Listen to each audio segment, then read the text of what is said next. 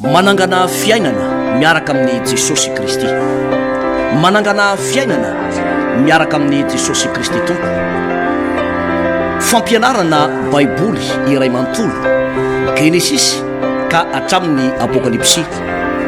Ianarana ny famakafakana ny tenin'Andriamanitra, ny hevitra lehibe izay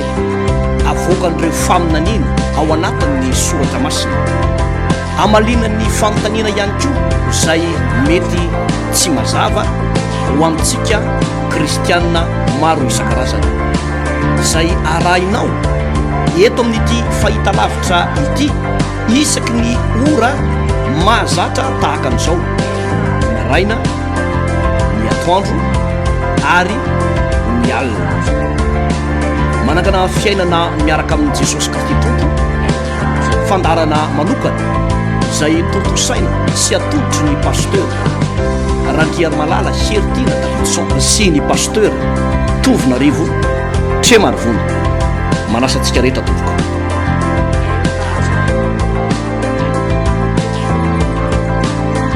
Fitahina fanambinana no tononona aminao amin'ity fotoana mahafinaritra izay afahantsika miaraka idindray. Pasteur André Alvarez, miarabanao pasteur Tof. Ya, miarabantsika atao anatin'ity tokantrano ity tompoko miaraban'ny pasteur Alvarez ary ny namana Iva Rakotorvelo ihany koa izay mampita n'ity feo ity sy mandray ny oronan-tsarintsika amin'izao fotoana izao. Inany vavakantsika amin'ny Josoa toko fahavalontsika androany voakindra hatramin'ny farany izany tenin'Andriamanitra izany nefa mialohan'izany te hivavaka ao anao izay mba hitahin'Andriamanitra anao ny ara-panahinao sy ny fiainanao rehetra, ary ihany koa mba andraisanao zavatra indray ao anatin'izao fiarantsika mianatra ny tenin'Andriamanitra izao. Raha eo dia miray saina miray fo zay amin'izao fotoana izao mivavaka fampivavaka ihany koa indrindrandrindra. Ararotinay tompo ny fotoana tahaka izao fampivavahanay ho an'ireo olona izay mila vavaka manokana fanampianam-bavaka, araka ny teninao milaza manao hoe fampivavaha ianareo mba ho sitrana fa fiasan'ny vavaka ny marina dia maherindrindra. Mila fanohanana am-bavaka tompo izao rahalahy sy anabavy izay miresaka aminay amin'izao fotoana izao na ny zanany. Amin'ny anaranao Jesosy tompo aoka tohananao, aoka ny herin'ny fanahy masina rotsaka ao anatin'ity rahalahy sy anabavy ho andretaka izy reto amin'ny anaran'i Jesosy. Ny asana devoly kosa dia mandroaka amin'izao fotoana izao, miala ianao Satana amin'ny anaran'i Jesosy. Ny herin'ny maizina mitondra ozona tapahako izany ozona izany amin'izao fotoana izao, tapaka ny ozona, na ozona avy any amin'ny ray aman-dreny, na ozona avy any amin'ny razambe, na ozona nataon'ny olona olo-pantatra na olo tsy fantatra, ozona nataona manam-pahefana, ozona vokatry ny teny nataony ihany ny zavatra nataony izao rahalahy sy anabavy izao ihany, na ozona mampita tapahako izany amin'ny anaran'i Jesosy. Sao volazan'ny tenin'Andriamanitra izy rehetra tsy nambolen'ny ray dia tsy maintsy hongotana. Hongotako hiala amin'ny fiainan'ity rahalahy ty, hiala amin'izao anabavy izao ny ozony arety, ny ozony fantrana, ny ozony fisaraham-bazana, hongotana izany amin'ny anaran'i Jesosy, amin'ny anaran'i Jesosy, amin'ny anaran'i Jesosy, miongotra izany amin'ny anaran'i Jesosy. Sady manambara fa afaka ianao, afaka ianao, afaka ianao amin'ny anaran'i Jesosy. Tompo makataka ny fanahy masina indray zay amin'izao fotoana izao sy toeran'ny fanahin'ny tompony, toeran'ny fahafana dia tahi manokana ity fotoana izay fanahy mianatra tenin'Andriamanitra amin'izao soa toko fahavalo ty misaotra ny amin'ny fitarihanao, misaotra ny amin'ny valim-bavaka. Amen. Dahoary lavalava kely ny totentsika fa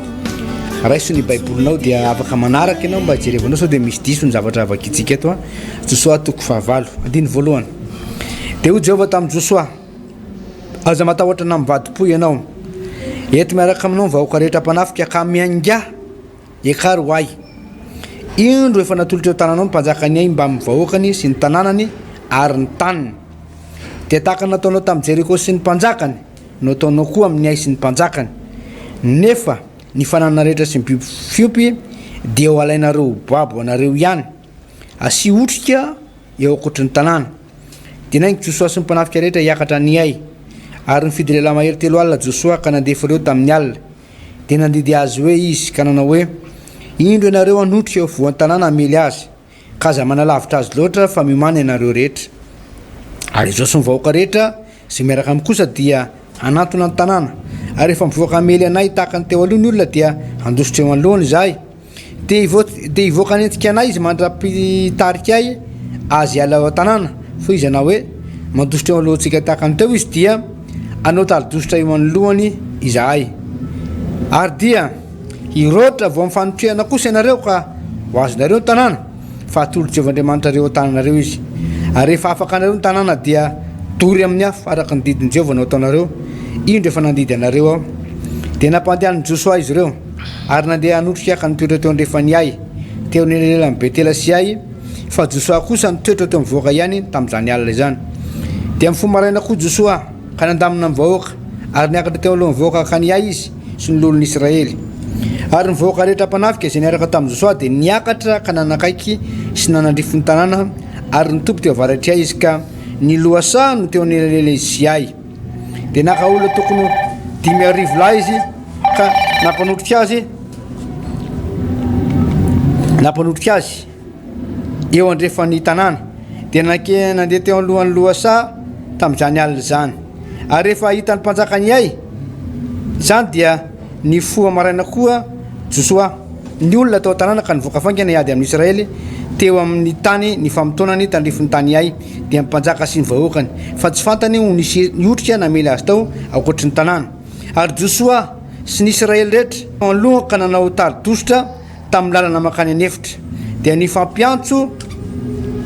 anentsika azy ny vahoaka rehetra zay tao tanàna ary nanentsika ny Josoa izy ka dia voatarika ho tavavoaka ny tanàna ary tsy nisy lehilahy sisa natao ay natao Betela zay tsy nivoaka nanentsika ny Israely ary nilozany mbola nivony tanàna ka lasa nanentsika ny Israely izy ary hoy Jehovah tamin'ny Josoa atondroany ay ny lefona zay eny an-tananao fa atolotra eo an-tananao ay dia natondro ny Josoa ny tanàna ny lefona zay teny an-tanany dia niroatra faingana ny otrika zay vao amin'ny toerana ka niazakazaka raha vao natondro ny tanany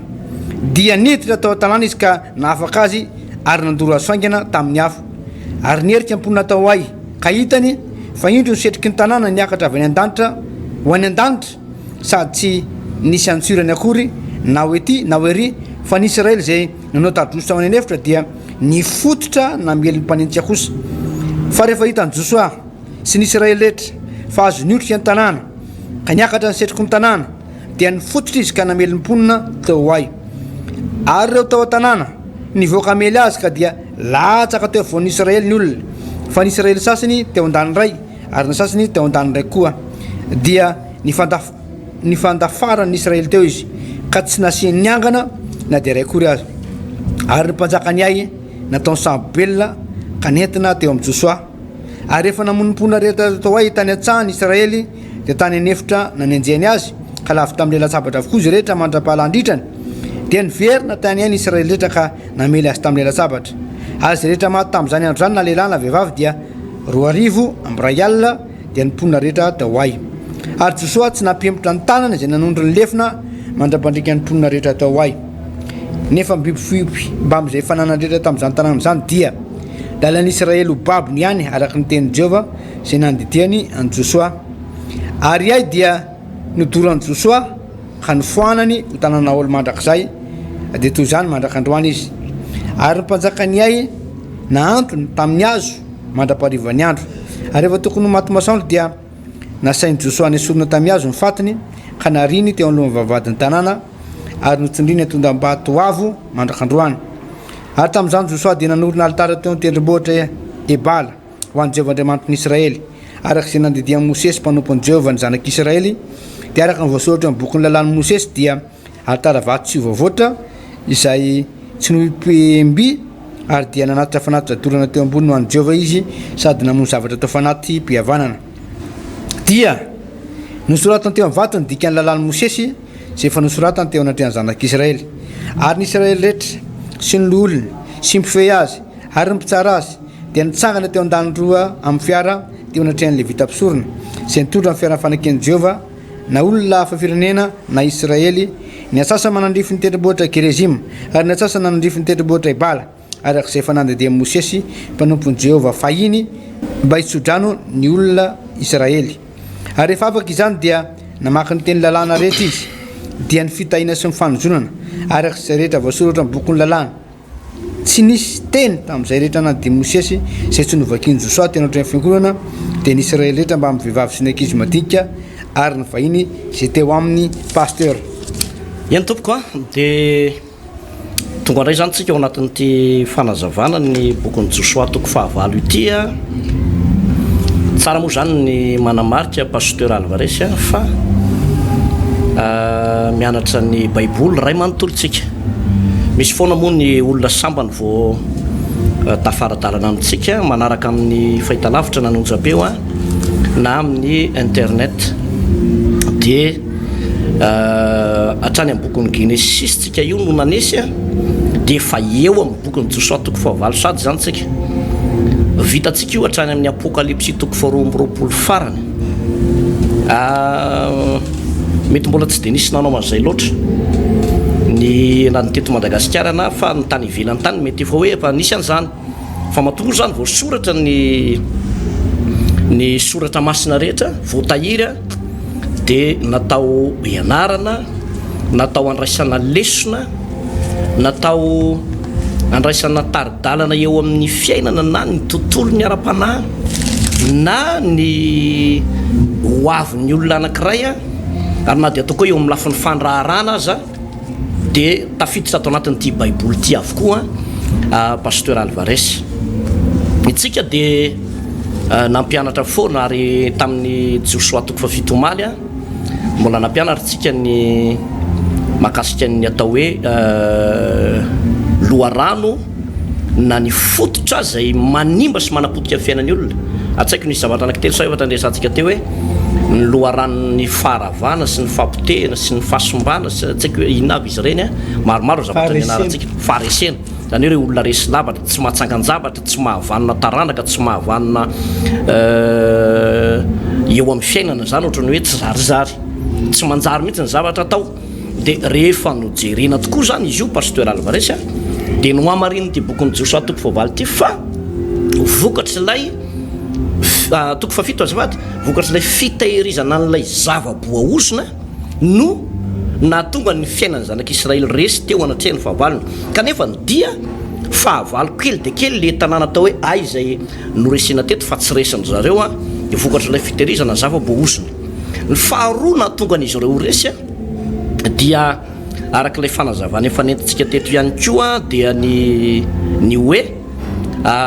nisy toepo nyrehireta ao anatin'izy ireo ary tsy nasiany resaka mihitsy ny momba an'Andriamanitra fary zareo samy zareo ihany no mifampiresaka no hoe aza dia manasatra ny olona rehetra andeha hoantsika fa kely loatra le problème kely loatra le tanàna ka aloha ny olona rehetra iverana fa sy olona vitsikely ny ao dia tsy nasiany resaka mihitsy ny momba an'Andriamanitra fa nanamaivana ny fisiny lay Andriamanitra ndriananaro zareo dia anisany nahatonga an zareo resy ihany koa zany rehetrarehetra izany ary anisany ngezabe ihany koa miteraka an'ilay faharesena dia raha jerentsika ilay soratra masina dia hoe mitsangana manamasinana ny vahoaka zany hoe niala tao anatin'ireo vahoaka ireo zany ilay fahamasinana niendaka ilay fahamasinana ary vokatry ilay izay fahamasinana tsy nisy zay ny soratra masina moa dia milaza hoe izay tsy manam-pahamasinana tsy ahitany tompo dia vokatry ilay fiainan'ilay fahamasinana zany pasteur Alvarez dia niteraka faharesena lehibe teo amin'ireo zanak'Israely ireo eo any no betsaka ny olona mametraka fanontaniana indraindray rehefa roahana ohatra ny devoly ao anatiny misy olona tratrana fanaratsy ireny le nofo ratsy mampatahotra ireny manofenjehan'ny biby ireny dia misy vanim-potoana indray le olona tratrana blocage eo amin'ny tontolo ny asany ny tontolo ny ara-bolana ohatrany hoe mandeha miasa eny dia enim-bolana dia voaroaka fito volana dia voaroaka izy mora mahita asa fa mora miala amin'ny asa na izy mametraka démission dia rehefa mametraka démission izy dia manenina hoe fa inona ary tiana ataoko na lay tompon'ilay orinasa tompony andraikitra lehibe ao anatin'ilay orinasa ny mandroaka azy dia mandiny tena hoe fa maninona no matsiaro voahilikilika matsiaro fahasombana ohatran'izao dia reny tompoko no atao hoe ozona reny zavatra reny ary ao anatin'ny fiainan'ny tokantranon'ny olona anankiray ohatra hoe tratrana toe-javatra mitovitovy ny fianakaviana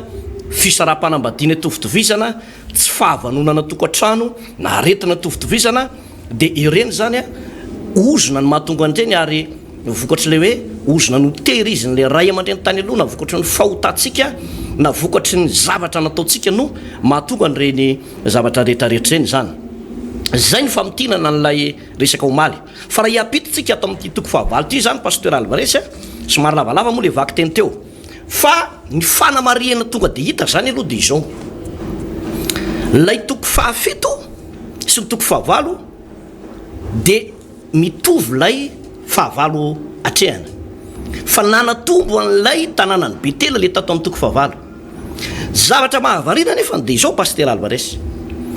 moramora tamin'ny zanak'Israely no nandresany reto fahavalony reto nefa le fahavalo teo aloha ihany io nahoana no na hoe inona ny fomba netiny zareo nandresy ka nahatonga an'ireo resy teo anoloan'ny zanak'Israely sy Josoa nefa teo amin'ny toko fafito nampidi-doza ho an'ny zanak'Israely de andao nefa vetro vakina lay andalatsoratra masina eo amin'ny toko fahavalo de zao nivaky ny teny amin'ny anaran'i Jesosy Kristy tompo eo amin'ny andinin'ny faharoa manao hoe de tahaka ny nataonao tamin'ny Jeriko sy ny mpanjakany no ataonao koa amin'ny ay sy ny mpanjakany nefa ny fananany rehetra sy ny biby fiompy ao de alainareo ho babo ho anareo ihany asio otrika eo ankoatra ny tanàna mazava tsara ny tapany farany iny asio otrika eo akaiky ny tanàna zay zany ny fandaminana anankiray dia raha nanaraka tsara tsika eo amin'ny andininy fahavala amby folo de izy hoe aroy Jehova tamin'ny Josoa atondroy any ay ny lefina zay ny an-tananao fa atolotro eo an-tananao ay de natondrony Josoa ny tanàna ny lefina zay teny an-tanany de niroatra faingana ny otrika avy eo an-tanàna tao raha vao natondro ny tanany de niditra tao an-tanàna izy ka nahafaka azy ary nandoro azy faingana tamin'ny afo de eo amin'ny andininy fa efatra amby 20 ary rehefa namonomponina rehetra tao ay tany an-tsany Israely de tany amin'ny efitra ny anjeny azy ka lavo tamin'ny latsabatra avokoa izy rehetra mandra-pahalandritra ny dia niverina tany ainy Israely ka namely azy tamin'ny latsabatra ary izy rehetra maty tamin'izany andro zany na lehilahy na vehivavy de 2 alina ny zavatra hita teto ry havana malala de misy ataoko hoe fampianarana angeza be zay nomen'Andriamanitra ny Josoa sy ny zanak'Israely ahafahana manafitra ilay fahavalo zay nandresan'izy ireo teo aloha de ny fomba netina nandresan'io fahavalo de voalohany indrindra de izao ozy Andriamanitra mantsy ny Josoa aza matahotra na mivadi-po fa ento aminao ny vahoaka rehetra mpanafitra zany hoe nomen'Andriamanitra teny fampaherezana sy fampanantenana lehibe mihitsy Josoa hoe aza matahotra isory eo anatinao zany mitahotra zay ny tian'olona zay na mivadi-po de zao aza miady rery fa ento daholo ny mpanafika rehetra ny miaramila mpanafika rehetra hiaraka hiady aminao io moa lay fitenenana hoe raha ohatra ka te handeha aingana ianao de mandehana rery fa raha te handeha aingana ianao sady handeha lavitra de meraha miaraka amin'ny namana misy olona zany miezaka mandeha izy rery no mandeha de sepotro izy eny an-dalana eny ohatrany hoe mieritreritra ny tenany mahavita tena izy zany fa raha te handeha lavitra ianao sady handeha aingana no mahavita zavatra goavana de tsy voatery mahavita zavatra foana ianao amin'ny alalan'ny tenanao fa mahavita zavatra ho an'Andriamanitra ianao amin'ny alalan'ny tenanao sy ny mpiara miasa aminao afaka manangana orinasa ngeza be ianao tsy amin'ny alalan'ny ezaka rery ataonao fa amin'ny alalan'ny mpiara miasa aminao ary zay programa mahafinaritra zay no napetraka Andriamanitra tamin'ny Josoa hoe ento daholo ny olona mpanafika rehetra zay zany teboko anankiray ngeza be anisan'ny fahombiazana ry havana ary tiako resahana ohatra hoe atsika mpanompon'Andriamanitra na pasteur ianao na mpitantana orinasa ianao na mpitarika firenena de anisan'ny hoe fahombiazana lehibe tamin'ny Josoa dia ny firaisakina tamin'ireo mpiara-miasa firaisan-tsaina tamin'ireo mpiara-miasa firaisam-po tamin'ireo mpiara-miasa ary raha vo ao zay fiaraha-miasa zay, ao zay firaisan-tsany zay, ao zay firaisam-po zay, de mizotra mandeha araka ny tokony ho izy a ny asan'Andriamanitra na ny zavatra anankiray atao. Zavatra anankiray faharoa de izy ny baiboly eto manao hoe asio otrika eo akoatry ny tanàna. Hitantsika tsara ny fomba fiady ry havana malala, raha ohatra ka misy zavatra anankiray atao, ohatra eo ny tontolo ara-panahy zany, eo fampandrosoana ny asan'Andriamanitra, de ilaina ny mametrika an'izay otrika zay. Ina moa le otrika? Le otrika de karazana intercession na mpanao vavaka fanelanelanana. Anisan'ny zavatra ngezabe indrindra lay hoe manao an'izay otrika izay, ary zany no anisan'ny toro lalana ny men'Andriamanitra ny Josoa teto hoe asy otrika ao an-tanàna manodidina an'ilay manodidina an'ilay tanàna zany. Ary reo otrika ireo reo no anisan'ny tena mpiady mahery no niteraka n'ilay fandresena. Hitako amin'ny asan'Andriamanitra zay mba nametrahany tompony tena pasteur Alvarez de ohatra hoe ianao zao mitory teny eto dia tsy hoe ianao mitory teny eto ny dadany fa noho ny fahasoavan'Andriamanitra de mba nomen'Andriamanitra mba hanjarantsika aloha zany zao ny eto amin'ity micro ty noho ny fahasoavan'Andriamanitra. Fa ny tena marina ny fototry ny fombiazana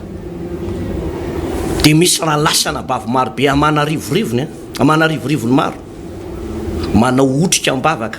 isan'andro andro manalina, misy ny alim-bavaka, misy manao fivadikanina, tena hoe mandohalika eo anatrehan'ny tompo isan'andro. Reny moa le atao hoe groupe na intercesseur na intercession, mpanao vavaka fanelanelanana. Ary reny no anisany miteraka fahombiazana sy fifoazam-panahy lehibe. Nisy mpanompon'Andriamanitra anankiray ny Jorovavolombelona tamin'ny dirany filazantsara tao Colombie. Zany Colombie zany dia anisan'ny firenena tsy mpino an'Andriamanitra mihitsy teo aloha. Nampalaza zany firenena zany de resaka drogy, zany hoe malalaka be zany ny fidiran'io resaka drogy io tany am'zareo ary mazava ho azy fa rehefa malalaka be ny fidira dia be deabe ny olona mpifokarongony maro mpifokarongony tao amin'ilay firenena, ka raha ny amin'ny toerana mpifokarongony zany sarotra ny hitoriana ny filazantsara. Fa nisy mpanompon'Andriamanitra anankiray nahazo fanambarana avy amin'ny tompo hoe mandehana mitoro filazantsara ny Colombie, de nantany ny hevitr'Andriamanitra ilay mpanompon'Andriamanitra hoe ianao moa zany rehefa misy olona manontany indray hoe ahoana moa zany le men'ny feon'Andriamanitra efa nampianantsika teto zany, fa ianao rehefa mifanerasera amin'io Andriamanitra io nao tsara fifandraisana aminy de hainao foana ny miaigny feony, fa tsy voavaly etan-droany hoe zao ny miaigny feony, fa rehefa tsara fifandraisana aminy no de hainao foana ny miaigny feony. De nandreny feon'Andriamanitra io mpanompon'Andriamanitra io dia notoroan'Andriamanitra hevitra hoe raha makilay ianao Colombia de izao no ataonao, manaova otrika mitondra mpanao vavaka fanelanelanana na intercesseur misy 50 de nitondra 50 mianadazy nanodidina ny tanàna de nanao délivrance an'io tanàna io, niakatra tany an-tenipotra de nivavaka ho an'le tanàna, nitory filazantsara am'izay avy eo rehefa vita lay vavaka, nisy fivadikanina atao zany, nisy vavaka fifonana atao zay le otrika zay. Rehefa nandeha am'izay ny fitoriana filazantsara dina ny zavatra antranga mitondra am'izao fotoana zao anisan'ny firenena mifo ara-panahy zany firenena colombiana zany, anisan'ny be fiangona mpifoazana, fiangonana zandriny be de be fiangonana zandriny ohatran'izao zany pasteur Alvarez ao Colombie, vokatry lay otrika napetraka ireo mpanompon'Andriamanitra rehefa niaigny ny feon'Andriamanitra tamin'izany fotoana zany. Io koa de azo entina ohatra hoe ao amin'ny setry ny fiaina tokantrano jereo tsara ane be de be mihitsy ny ray mpianakaviana sy reny mpianakaviana mijaly amin'ny fitaizana ny zanany, zananakavavy, zanakalahy, na ihany koa tsy mivavaka ny ray amin'izy mivady de mafy tena oro mihitsy ny mijery ny ankilany amin'ilay problème zay mahazo anazy. De za moa matetika rehefa tonony olona hoe inona ny atao pasteur fa maditra ny vadiko na maditra ny zanako de tsotra be izy mahereza dia andao ivavaka dia meno tenin'andriamanitra dia miantso an'andriamanitra dia an'andriamanitra sisy manao otrika foana zany ianao manao otrika ianao satria ny zavatra mahazo ny olona matsy paster Alvarez na le olona maditra na le olona tratran'le ozona na le olona tratrana famisaviana dia reo zavatra eny mahazo azy ditra ozona na mifamisaviana dia rehefa tratran'ireo izy dia manao ntsifo anao ka ahoana ny fomba andresenan'izy otrika amin'ny alalan'ny vavaka ianao zany raha variana fotsiny tomany ianao dia variana misentosentao ianao dia variana malahelo ao ianao dia mitanondrika ao ianao dia hoe fananinona ry any manao an'ity fa za ty hoe rehefa ny angarany vitana fa dia nahoana loatra ry andriamanitra ao ny zavatra ilain'andriamanitra anao dia ataovy ny otrika fa rehefa vitanao io otrika io a zany hoe tena vavaka matanjaka mihitsy fa tsy milalaotsika fa tena mivavaka fa za miteny aminao pasteur Alvarez fa tena tsika izao ane tsy nieritreritra zay vavaka sy toriteny eto fa nisy olona ambany vavaka ho an'ny tena koa tany nanao otrika dia tsy hoe anjely masina be latsaka avy tany an-danitra tany fa tena teo aloha dia tena mpanota tsy misy fangarony ary rehefa nitratra ny otrika io ko aniova fo dia lasa mpanompon'andriamanitra tsy misy fangarony ihany koa amin'izao fotoana izao mazava dia mazava zay fanambarana sy fanazavana zay pasteur marina tokoa ny teninao hoe ny toko fafito toko fahenina fafito ny favaly dia mbola tantara zarazany hoe tantara mitoy tantara anankiray ihany mba iverenako kely ihany le toko fafito pasteur satria araka ny fanazavanao le toko favaly dia nandresa zareo teo zany raha tany amin'ny nanafika ny Joshua nanafika ny Jericho ry Joshua tamin'ny voalohany teo izy Andriamanitra hodidino ndre-pandeha isan'andro ary hodidino impito mandritra ny andro fafito ary amin'ny andro fafito dia mididina impito zany hoe intelo amby folo ny mididina zany dia zay vao manakora dia mandeha mifanitsiny ary dia nirotana mandan'ny Jericho raha bajanga sisa no tafavoaka vela teo sy ny fianakaviany sy ny avandray manontolo fa teto tsy ohatr'izay indray ny fandihan-javatra teto pasteur fa nisy an'le araka ny tenenao tamin'ny voalohany nisy an'ireo olona zay tamin'ny voalohany hoe aleo tsy olona be dia be na ny makamy fa olona vitsivitsy ihany dia nisy ozona moa zany tonga teo amin'ny zanak'Israely tamin'ny fotoana io pasteur dia zavatra réflexe voalohany nataony Joshua dia le vaiverenao kely le toko fafito pasteur dia verina toko favaly ihany le toko fafito andiny fafito dia zao le réflexe nataony Joshua voalohany indrindra rehefa resy zany zanak'Israely teo natreany ay tamin'ny voalohany dia notiarony Joshua ny fitafiany ka niakohaka tamin'ny tany teo alohan'ny fiaran'i Jehova mandra-paharivan'ny andro izy sy ny lolon'ny Israely sady nasiany vavaka sy ny vovoka ny lohany dia hoy izy indrisy Jehova tompo nahoana napitanay tamin'ity Jordany ty ianao hanoranay eo an-tanany Amorita nikanana anay zany hoe reha vao nisy problème pasteur teo amin'ny vahoaka an'Andriamanitra zay nentin'ny Joshua dia voalohany nataony tsy nametsy ny hafa tsy nanameloko ny hafa izy fa lasa izy niazakazaka nitady niakohaka teo natrehan'Andriamanitra ianao ray mpianakaviana amin'izao fotoana izao andao ho alaitsika tahaka zany fomba nataony Joshua zany efa fanaony Joshua isaky ny misy problème isaky ny misy olana dia isaky ny misy zavatsarotra mandalo zavatsarotra dia lasa miakohaka mitady an'Andriamanitra mitady mikatsaka an'Andriamanitra ary raha tsy hitanao raha kristianina ianao tsy hitanao anatin'ny vavaka ny tompo hoe tompo satria izy ny ten'Andriamanitra zay manodona no vana zay mitady no ahita zay mikatsaka no zay mitady no ahazo dia rehefa tsy hitanao anatin'ny vavaka ny tompo dia midira ny fivadikanina indray rehefa tsy hitanao anatin'ny fivadikanina tompo dia ozy ny ten'Andriamanitra raha fantatrareo marina dia marina manafaka anareo tsy andefa misy famarinana tsy fantatrao zany ao dia fiverenanao mamaky baiboly mianatra amin'ny baiboly ihany koa mbola azonao atao ihany koa zany fa rehefa tsy hitanao amin'ny anankiray dia hitanao amin'ny anankiray ary zany atao mikatsaka ho hitanareo araka tsahanareo amin'ny fonareo rehetra zany no toe-panahy ty Joshua ty ary zany no natokana azy anisan'ny lehilahy ny ainany zany atao hoe surnaturel zany pasteur ty Joshua ty marina nisy farisena teo amin'ny zanak'Israely fa ny tanan'Andriamanitra tsy niala tamin'ny Joshua pasteur satria Joshua dia nanana toe-po manokana mihitsy zavatra nataony lasa izy nivavaka tokana nitady an'Andriamanitra tiary ny fitafiany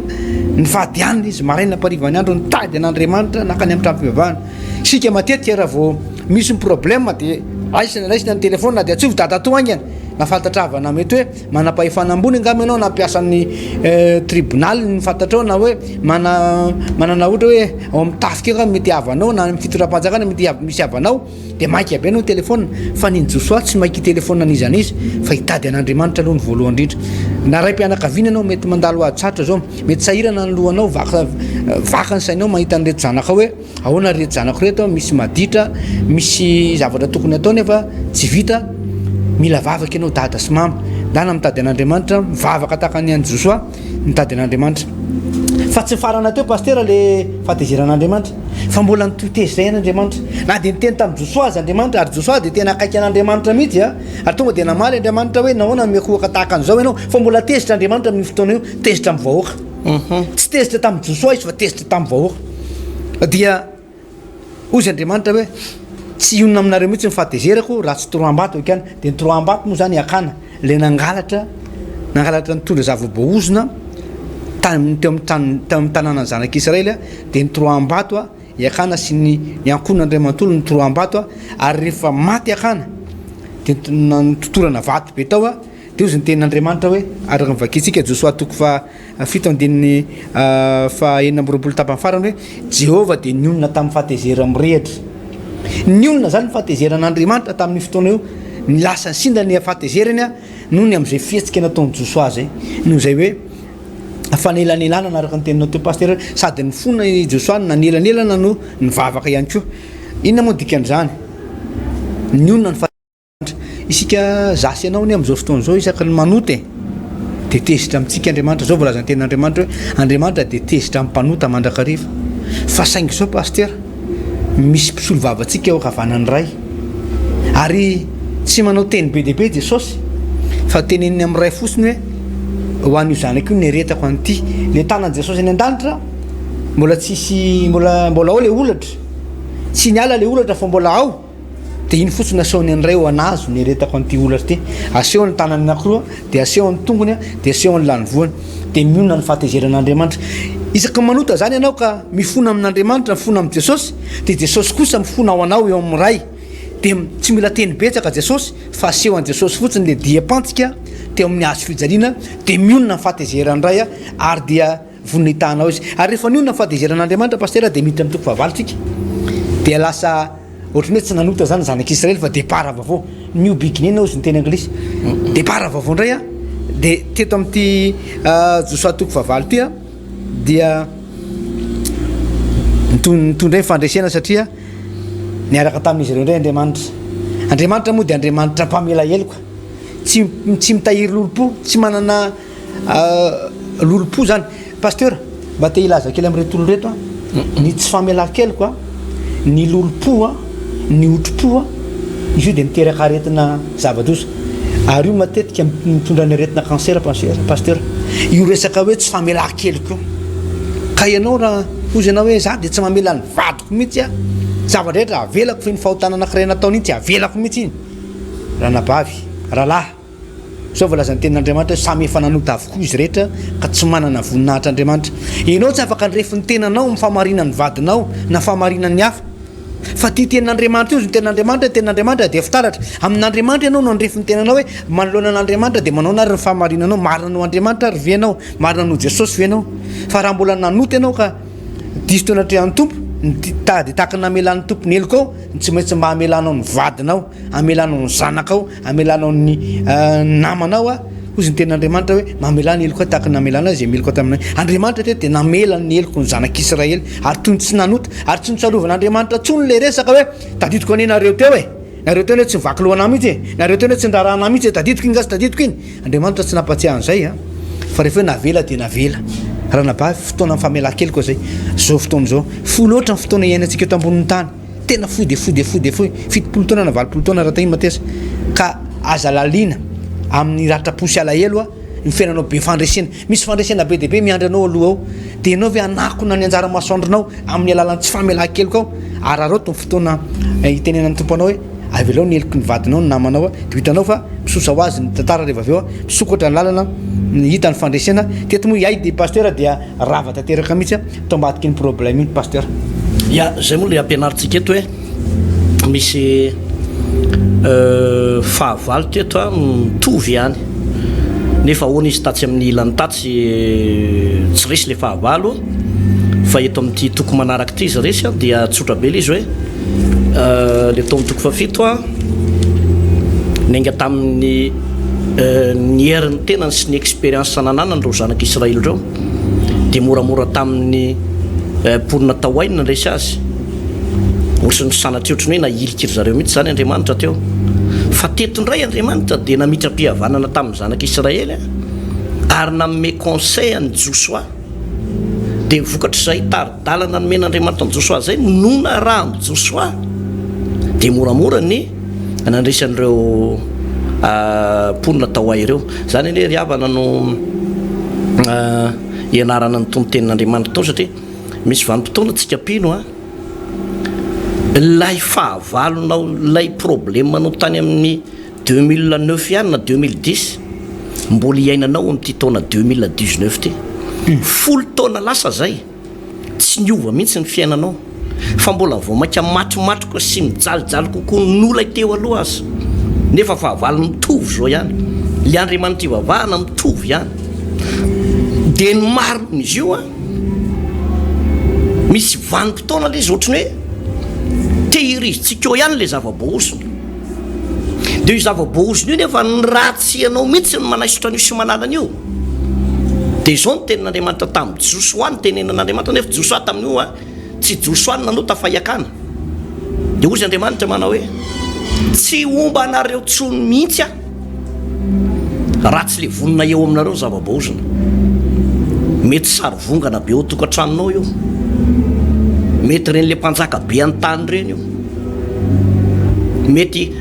miresaka amintsika pino a eto mety io sary eo amin'ny calendrier-anao misy sarina sinoa miboridana io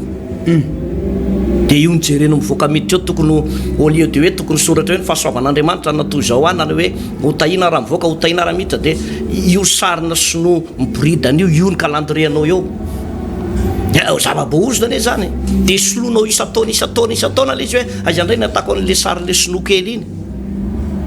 dia io no miteraka blocage amin'ny fiainanao nandritra ny folo taona mety hoe nanana rankinina tamin'ny vadinao ianao niadinareo hatramin'ny androany mbola tsy mifamitra-pihavanana nefa miraitranao ihany mbola milongolongo mifampiresaka amin'ny fihatsaram-belatsia ao dia ngonongonona par silence ao sady miteny aminao zany atao hoe mitahiry zava-boahozina ary zany mahatonga ny fiaina tokantranonao resy hanina hoanina tsy hitanao manahirana daholo lafi-penanao rehetrarehetra sahirana lavy ianao marary lavinareo mianakavy nefa olona mivavaka nefa olona manompo an'Andriamanitra aty ivelany ianao dia misokatra amin'ny olo-kafa fa ao anaty tokantranonao ohatrany hoe za moa pastera misy fotoana dia mampianatra an'io hoe ny fiaina tokantrano a ny ray mpianakaviana sy ny ray mpianakaviana ao tokantrano tsy PDG tsy sanatria koa hoe miompy biby fiompitsika dia eo mena hanina fotsiny le ankizy dia mandana mianatra dia mandana matory dia mivoaka maraina dia lasa le dia miverina riva dia meo hanina ndray meo rano izy rosotrony dia misy ray aman-dreny zany ohatran'izany miompy ny ataony fa tsy manabe dia anka zany a tena hoe lasa ohatrany tsy normal le tokantrano lasa tsy tahin'Andriamanitra dia ohatran'izany le zava-misy dia misy ray mpianakaviana anaty tokantrano maka ny toerany directeur nefa izy ao an-trano dia le toerana directeur na le zany hoe izy zany nitalia ao an-trano izy ny DG ao an-trano ao dia mifitsaka daholo ny vady aman-janaka satria DG izy tsinona dia rehetra zany amin'ny maha DG an'ity dady ity dia lasa matahotra daholo marary fo daolidaoly dia hitanao fa maratra ny fon'le vady aman-janany satria didiko fe lehibe no manjaka ao anatin'le tokantrano zava-dozany io pasteur Alvarez zany resaka zava-boahozony zany zava-boahozony zany zavatra resako aminao zany fa hafa mihitsy ary amin'ny toeram-piasana fa hafa ao tokantrano ny toeram-piasana milamina be mihitsy zay le teneniko atsika ozy hoe reny zany misy zavatra ongotany reny mety toetra izy io a mety ody ratsy izy io a mety halatra io zava-boahoziny io a mety fahotana tena hoe ianao ohatra montiny ianao ao tranonao nefa any amin'ny toeram-piasanao anao manao sipakely any dia zany no tena resaka zava-boahoziny zany ary tsy ahitana mangirana eo amin'ny fiainana mihitsy zay ny tenin'Andriamanitra ozy izy hoe tsy ombanareo raha tsy ongotana aminareo ny zava-boahoziny dia manongotra mihitsy ianao fa tsy Andriamanitra zany ny teninao hoe ongotany zava-boahoziny fa ianao no manongotra zany hoe aesory aminay andriamanitra ty ody ratsy ty andriamanitra tsy manao an'izany ianao manalany io dia anisan'ny alohan'ny toy zay paster zay olo misy afantanina kely tena zay hoe misy mitahiry zava-baoziny zay nao ohatra zany misy olona nanao trano zany paster dia hoe nisy ny ody a tao amban'io trano io a talohan'ny nanangarana azy dia tateorina le olona mibebaka dia iny ary zany tokony ataony hoe satria izy te hiala amin'le zava-baozina rotana ve ny trano dia asorona atao le ody dia ratsy trano io zao jejerenao tsara fa mitondra olana sy problème ho azy izy io satria mivavaka izy fa mikorotan-dava ao mivavaka fa tsy mety mahasalama le trano tonga any amin'ny toerana any am-piangonana délivrena atao délivrance ao afaka fanafahana mahazo aina izy eo am-piangonana fa tsy mahazo aina izy raha vao tonga ao trano zay le zavatra mitranga ny iny moa efa nampianarintsika ny hoe misy fanatim-panomerana tokony atao any anatin'ny fiangonana zay misy anao any tsy voatery fantatry paster any amin'ny fiangonana misy anie zany fa atao fotsiny le izy mariky ny hoe eo anatren'andriamanitra hoe nanota nangalatra nanompo sampy a dia ianao sy andriamanitra ihany no mahalala zay zavatra zay nefa moa vao mainka tsara ko ohatra hoe mba anatona le mpanompon'andriamanitra ianao sady mangataka vavaka no mangataka vavaka fanapahana osona nitory lalana ao anatin'le izy zay le izy fa eto amin'ity andiny fahenina am'roapolo amin'le toko favaly ty dia ozy izy hoe ary josoa tsy nampemitra ny tanany izay nanompo tamin'ny lefy na mandra-pandringana ny mponina rehetra tao ay nefa ny biby fiompo mba mifananana rehetra tao amin'izany tanàna zany dia nalain'ny Israely ho babony ihany a araka ny tenin'i Jehovah zay nandadiny any Jehovah zay reo tsara zany a ilaina foana pasteur Alvarez ny miaino ny tenin'andriamanitra ampifandraisitsika foana izy amin'ilay toko fafito tao amin'ilay toko fafito dia noraran'andriamanitra mihitsy ny maka n'le zavatra tao amin'ny tao Jeriko hoe ho raisinao tao ny fanananao manokana fa eto ndray a andriamanitra mihitsy ndray no mampirisika le tao amin'ny tanàna tao ay alaovo anareo mihitsy ozy alaovo tena tonga dia ho anareo mihitsy reo babo rehetrarehetra ozy mantsy le ondry amanosy sy ny omby rehetrarehetra tao zay babonareo tonga dia ianao zany tsy afaka ady varitra hoe fa maninona andriamanitra tarily izy zava-baozina fa eto le izy lasa fitahina nefa zavatra mitovy zao ihany dia zay le makatoa le makatoan'le tenin'andriamanitra zany dia zay hoe zay ny tenin'andriamanitra dia manaraka ianao fa tsy asiana ady hevitra mihitsy le izy rehefa hoe tia ny mety dia mety rehefa tia tsy mety dia tsy mety zay le fahamarina ny tenin'andriamanitra dia anisany teraka ny fandresena ngezabe ho any zanak'Israely satria mampianatry ny olona iady mantsika zao iba tena hoe ino ty izy andrombaka n'le fandresena zany zay zao lo ampianaritsika eto dia zao loa tsara le fomba fiadiny zanak'Israely teo araka ny fanazavako tany am-piantoana hoe nampahirezin'andriamanitra izy zao aza matahotra na mivadi-po nany hoe nisy fahasahina zany tao anatiny dia tsy olona vitsivitsy ny manafika fa ny mpanafika rehetra manafika daholo zay zany le izy zay fahatelo anisany naombeny izy reo ihany ko dia le fametrahana lay otrika zany manodidina ny tanàna any akoatra ny tanàna ozy misoratra masina moa dia zavatra anankiray a anisany nahavariana teto dia Josoa dia nanana any andraikiny satria Josoa zany teto ny lohan'ny fiangonana ny solon'ny Mosesy sady lohan'ny firenena naka ny toerany tsara mihitsy Josoa amin'ny mampitarika vahoaka azy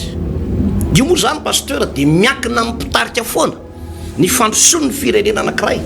na ny fitahina ho an'ny tokantrano anankiray na ny fandrosoan'ny fiangonana anankiray miankina amin'ny mpitarika matoa tahin'andriamanitra ny vady aman-janako ohatra zany na ianao na ny dada atao anatin'ny tokantrano ato hoe tahin'andriamanitra miankina amin'le ray foana io zay lalany izoran'le ray mpianakaviana mamilavo dada dia mamilavo ireo zanandreo mpilalao karatra beloty sy rami dada amin'ny 12 alina mbola mizara karatra manohitra zao foana efa matoro maso-bola any any dia mizara karatra koa reo zazy ireo afaka fotoana foy mpisotro toka ianao mifoka sigara ianao a na mifoka rongony ianao dia io zanaka io koa ifoka sigara ifoka rongony ifoka bozaka ao ariana kely ao io miankina amin'le mpitarika foana io zay foana zany ny zavatra tontolo iana mampirafy io ray aman-dreny io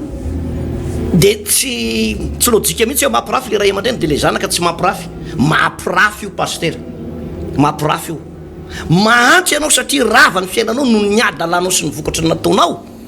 dia manaraka mandovan'izay reo zanako reo azany ho any mampalahelo paster hoe misy olona misy taranaka be dehibe nateraka eto ambonin'ny tany zay ho sazinany niterahana azy zany hoe misy dada sy neny miteraka be dehibe dia ho saziny reo zazy reo izy miteraka dia avy eo lasa izy misitaka lasa izy mamylava lasa mifokarongony lasa misitaka mampirafy any de le zaza kely be deabe iza zany ny amelona andreo ao velomina amin'inony treo velomina ery amin'ny mpanompono ary de popina amirivotra hovokanina zany ane mampalahelo pasteur Alvarez de be deabe zany ny olombelona voasazy zazakely efa taona 5 taona 1 taona 7 taona mibaby ny sazy ny eto ambony ty tany ty vokatry ny ataon'le ray aman-dreny io miankina ampitarika foana de ohatra zay ko na ao anatin'ny fiangonana azy miankina amin'ny vijorony le mpanompon'Andriamanitra no mampandroso ny asan'Andriamanitra fa ry mpanompon'Andriamanitra io mibilabilatsy hoe lasa sanatriany zany mijangajanga lasa tia vola ronana fitiavam-bola ny fony lasa ohatrany hoe vao manana kely de mirearea mampiakatra an'ity tanao le manaotra an'izao de poitrine bombe tonga de manao an'izao tampoka ny famindra zany ty lasa makaty aloha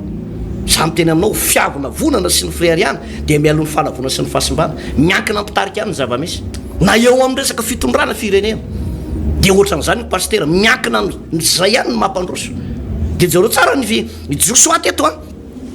natahotra an'Andriamanitra ary ny ainy ny feo an'Andriamanitra satria io koa moa zany miankina amin'le dadanao ray ara-panana nositra anao satria ny Mosesy nanositra ny Josoa zany Mosesy zany lehilahy be ositra be zany ary lehilahy matahotra an'Andriamanitra zany niaina tamin'ny fotom-pampianarany baiboly zany de le ositra tany nipita tao amin'ny Josoa de nazava ho azy fa nizotra araka ny tokony izy lay toe-pony sy toe-tsainy Josoa de zareo tsara ny efa nianarantsika teto ny Exodosy 7:20 i Mosesy raha niady tamin'ny Amalekita de niakatra tao amin'ny tenimbohitra anankiray izy de nanandratra ny tanany foana izy rehefa nanandratra ny tanany izy de resy ny Amalekita de tsy nitsahatra nanandra-tana ny Mosesy mandraparivony andro mandraparinga ny Amalekita fa teto koa Josoa nanandra-tana niaraka tamin'ny lefiny ozy izy ny tenin'Andriamanitra eo amin'ny 9:20 teo hoe ary Josoa tsy nampiemitra ny tanana zay nanondro tamin'ny lefina mandra-pandrika ny mponina rehetra tao ay zany hoe tao amin'ny Josoa zany ny secret ny fandraisena ny retim-ponina tao ay rehetra nataony ohatran'izao foana ny tanany amin'le lefiny iny zany mialatsiny moa fa ohatraohatran'izao sa ohatraohatran'izao tsy haiko fa ohatran'izao zany mitanany le lefina ohatran'izao izy ary tsy nalala vizana tsy reraka mihitsy zany hoe nitiany olazaina de zao Josoa tsy niravoravo tanany zany ary Josoa tsy nanaiky zany hoe resy ny fahavalo zany fa ny toe-tsaina sy ny toe-pony tao anatiny zay efa tena masaka mihitsy de hoe tsy maintsy resiko ny fahavaloko androany ary zany tokony toe-tsaina tokony ananatsika kristianina hoe mety marary lavy ianao mety ampahorin'ny troso ianao matry ianao nefa mpanompon'Andriamanitra imezan'ny olona ianao nefa mpanompon'Andriamanitra manana toe-tsaina ohatran'ny Josoa tsy manaiky raha tsy mandresy tsy manaiky raha tsy tafavoaka tsy manaiky raha tsy tafita fa raha io Andriamanitra io no momba antsika pasteur Alvarez za miteny aminao hoe tsy maintsy tafavoaka le olona zay zany anisan'ny fitaovam-piadiana ngeza be de anisan'ny fitaovana anankiray farany tena farany tena hitako hoe nampahomben'reto zanak'Israely de io amin'ny 9:20 hoe ary de nidorany Josoa ka nofoanany ho tanàna ôlo mandrakizay de toy zany mandraka androany izy inona ny natonga ny ailevona tanteraka afo resaka afo akoatran'le hoe lefina akoatran'le otrika de afo io zany pasteur ny afo no anisan'ny mandoro ary rehefa zay mahatonga ny Jesosy tompo raha tonga tena ambony tany Jesosy dia akoatran'ny hoe Jesosy Kristy azy zany hoe ilay voaositra de aza dinoina fa Jesosy Kristy tompo no mpanao batisa ny fanahy masina sy ny afo zany hoe ny kristianina ny mpanompon'Andriamanitra zany de tokony manana an'izay afo n'Andriamanitra ao anatin'izay manana ilay batisa ny afo mirehitra ao an'Andriamanitra tena mangotragotraka mihitsy zany ho an'ny tompo hitanao fa rehefa mangotraka ho an'ny tompo ianao de zao miala daolo asana devoly rehetrarehetra eo iny efa fanoharana kely ny antsika teto hoe jereo tsara ny makanesany ianao an-dakozianao ao de rehefa tonga ao an-dakozianao ianao de roay ireo lalitra reo lalitra be dehibe mitangorona amin'ny vilia sy reo fakofako reo de rehefa roanao reo lalitra reo de zao ny zavatra tsy maintsy misy tsy maintsy raisinao reo de afaka manao aleloa sy amen ianao zany fa nandresy lalitra zany rehetra hoe mitsofoka ao an-dakozianao ao de mandehana mivoaka ataovy tsara hidi tsara ny tranonao de mandehana mivoaka fa zao ny zavatra tsy maintsy misy tsy maintsy miverinao ihany reo lalitra reo tsy maintsy miverinao reo lalitra reo de roa indray miala kapoy vonoa zay tianao vonoana fa zao ny zavatra tsy maintsy misy nay pasteur verina ihany reo lalitra reo ary mitondra namana ny rele somary maitsomaitso mangamanga reny izy iantory zalafa misy vilany mangatsika ria faratianao a iala le lalitra de tsara le izy roahana fa akoatran'izay diovina tsara le vilany sy le vili de esorina daholo le fako rehetrarehetra eo de zao aporeto afo an-dakozy anao de asio rano ao anatin'ny vilany io ataovy mangotraka fa tsy misy lalitra tavela eo zay io pasteur Alvarez de ohatry zany fototra ny fombiazana sy mifandraisana hoe raha tiany mpino sy ny kristiana zany pasteur no mpandraisa de tsy mpino matimaty ohatry ny fiangonana laodika mpino tsy mitranga miemotra tambatambazana ho ivavaka pepehana soroka mahereza moa endao ivavaka ianao tambatambazana indray no vonjena ianao vonjena indray ny tambatambazana azafady ianao marary indray tambatambazana osotranina misy ny sasany pasteur efa marary be io tsy nainy io fa misy cancer tsy nainy ny ano sasany ny calcul rénal ny calcul aty amin'ny aty ny insuffisance rénal ny lamosiny efa marary ny afatro ny tension tsy mahita tory amin'ny efatra maraina vao mahita tory de amin'ny efatra sefa ny efa taitra indray de to amin'ny ivavaka izy indray tsy mety nefa ianao ivavaka ho azy ny Andriamanitra mamonjy azy zatsy ivavaka zany aleoko maty eto aleony maty zay vavaka de ho salama tsara zany le mampalahelo an'izy misy pino be dehibe zany teny aminao a ranomarina ny pino tokony ho tahin'Andriamanitra na ranomarina ny pino tokony ho tahin'Andriamanitra fa maninona tsy tahin'Andriamanitra variana fotsiny any am'le aizy nareo no mivavaka aza hoe fiangonana ohatran'izao fa ny ana ihany no marina maro ohatry lazainy fa marina le fiangonany fa toe-panany io maty ny tena mamaky azy fotsiny de niady hevitra hoe tsiziny ianao zay hoe tsiziny ianao fa ny tena izy ndao mpiady fanara lehilahy ianao zany zavatra tena mamaky azy ny anazy ihany no ny marina fa le toe-panahy ny maty de rehefa jerenao tsisy fitahin'Andriamanitra zany io fa eto ny baiboly ny natonga ny Josoana resy any ay a de nodorana tamin'ny afo le tanàna io zany de endriky ny fanahy masina lay afo ny fanahy masina le batisany afo zay tokony ho raisy ny fiangonana am'izao andro faran'izao a pasteur Alvarez maraparantsika pasteur marina tokoa zay zavatra nambarana to zay pasteur ny am'le toe-pony Josoa ary tsy ny toe-pony Josoa koa fa ny toe-pony zanak'Israely rehetra mihitsy tamin'ny fotoana io a samy mipetraka teo amin'ny anjara toerana sy ny asa fanompona tandrifony avy ny tsirairay Josoa nanandra-tanana ary azo antoka koa pasteur fa tahaka ny nanoanany Iora sy Aron ny Mosesy de tsy maintsy nisy olona koa tao nanoana ny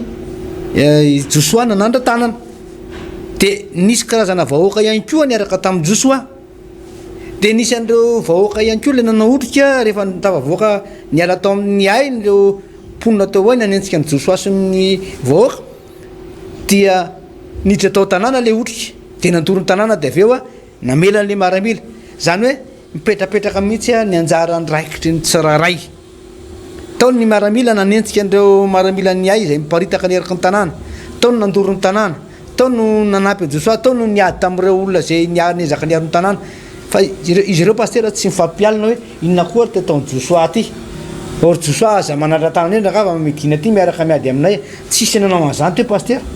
ary nandoro tanàna tsy nialona ny zareo nanentsika ny maramila miparitaka hoe fina ninjenareo maramila miparitaka fa vi tonga ava ty miara mandoro ny tanàna fa zay rerika natao andoro an'ity tanàna ty fa hoana moa zay no nefa nialitra teto nandritry ny alina nanondriky teto zay ndray nandoro ny tanàna fa vi miara mandoro tsisy an'izany teo tsisy an'izany tsisy mifampialina tamin'ny famomezam-pahasoavana sy ny fanompony hafa mihitsy teo pasteur ohatran'izany mihitsy ao anatin'ny fiangonana ary zany de lesona ho antsika mpanompon'Andriamanitra tsirairay avy mitodika amintsika zanak'Andriamanitra vahoaka an'Andriamanitra am'izao fotoana zao hoe ina ny anjara asa fanompona mazava tsara ao anatin'ny fiangonana fa tsy tokony hisy olona ifampialina sy ifampitsiriritra amin'ny anjara fanompona sy fifamezam-pahasoavany hafa ao andray ohatra tsika pasteur ho an'ny olona pasteur raha ohatra izy mpanao footballeur professionnel ka tahin'Andriamanitra am'izany de manan-karena am'izany manam-bola am'izany tsisy tokony tsiritany am'izay chanteur professionnel pure malaza koa izy pasteur hoe inona re mba te hiala am'ty fanaovana baolina ty fa andeha hira indray fa iny ka mety azoko vola nefa izy tahin'Andriamanitra amin'ny baolina zay ataony tsy tsiritra mihitsy izy na de manam-bola aza le pire tsy tsiritra an'izany mihitsy izy satria fa tahin'Andriamanitra izy amin'ny baolina zay ataony de tahaka an'izany koa tsika voaka an'Andriamanitra ninona asanao asa fanompona zay ataonao raha ohatra hoe mpanao politika ny antsoin'Andriamanitra anao de tena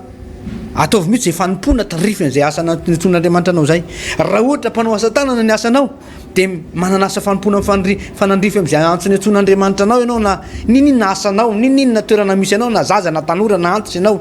dia tsy tokony isy itsiritra ny tsiritanao ny fanompon'ny hafa sy ny famezam-pahasoavany hafa fa ianao mangatamy tompo inona tompony tokony ataoko mila manao zavatra ho an'ny tompo miasa fampony fa rehefa miraisaina tsara daholo ny ray fiangonana miraisaina tsara daholo ny ao anatin'ny tokantrano ato miraisaina tsara daholo ny vahoaka rehetra tsy maintsy fandresena ny ambadiko pastera ataontsika ivavaka pastera am'izao fotoana zao ary isotran'ny tompo anohona izay fianarana izay mbola itotsika pastera rapitsy amin'ny josoa toko fasivy a ary inoana fa mbola olina am'izany ianao mbola misy secret be dehibe pastera mba ao anatin'ny josoa toko fasivy io misy tsy ambaratelo be dehibe zay ianarantsika de efa miomana sady ianao hoe atao vonombona sady ny fonao a hiatrika an'izay josoa toko fasivy zay tsika mandao ivavakatsika aloha am'izao fotoana zao raha eo dia misotranao zay noho ny amin'ny fampianarana amenao anay teto indray androany fandresena voninahitra nahazo be dehibe nitahin'Andriamanitra josoasan'ny vahoaka rehetra teto tamin'ity toko izay mivakinay tety zany mihitsy ny sitraponao tompo zany mihitsy ny zavatra dedavinao anay vahoaka an'Andriamanitra na mpitarika vahoaka na mpitondra firenena na ray mpianakaviana na ray mpianakaviana na zanaka na ray aman-dreny dia tena tianao sy ao am-ponao nitahina sy ny anasoavana azy zao voalaza ny teninao manao hoe zaho avy ananany fiainana ary ananany be dehibe ary Andriamanitra dia manakare-pahasoavana misy fahasoavana be dehibe tianao zaraina aminay misy fandresena be dehibe tianao omena anay tompo mety misy raha lasana bavy am'izao fotoana zao anatin'ny ady ao anatin'ny olana vavaka mazany raha lasana bavy zany am'izao fotoana zao Jesosy a tahaka ny nampandresenao manjoso tahaka ny nampandresenao ny vahoaka an'Israely nanoloana ny ay tamin'izany fotoana zany ary dia resy tanteraka amin'ny fahavalo ary nandresy amboninahitra ny Jesosy miaramila sy ny vahoaka dia tahaka zany koa tompo zao raha lasana bavy zao hompandresy ary ny fahavalony izay dia ho resy ary hopotika fa reto raha lasana bavy reto kosa iseho ny voninahitran'Andriamanitra sola betsaka tompo tamin'ny fampianarana androany a ny voninahitra dia honao rery any a amen zay ny fotoanantsika raha pitsindray mirosotsika ao amin'ny toko fahasivy dia efa azonao vakina meloha foana amin'ny toko fahasivy a dia mba tsy vahintsony ianao rehefa miara-mamaky etotsika dia samy hotain'Andriamanitra mahereza tompoko tain'Andriamanitra tompo manangana fiainana miaraka amin'ny Jesosy Kristy manangana fiainana miaraka amin'ny Jesosy Kristy tompo fampianarana baiboly iray manontolo Genesis ka hatramin'ny apokalypsy ianarana ny famakafakana ny tenin'Andriamanitra ny hevitra lehibe izay avoakan'ireo faminaniana ao anatin'ny soratra masina amalina ny fanontaniana ihany koa izay mety tsy mazava ho amintsika kristianina maro isan-karazany izay arahinao eto amin'ity fahita lavitra ity isaky ny ora mahazatra tahaka an'izao maraina ny atoandro ary ny alina manangana fiainana miaraka amin'ny Jesosy Kristy tompo fandarana manokana izay tontosaina sy atolotry ny pasteur Rankiary Malala Heritiana Davidson sy ny pasteur Tovinarivo Tremarivony manasantsika rehetra tompo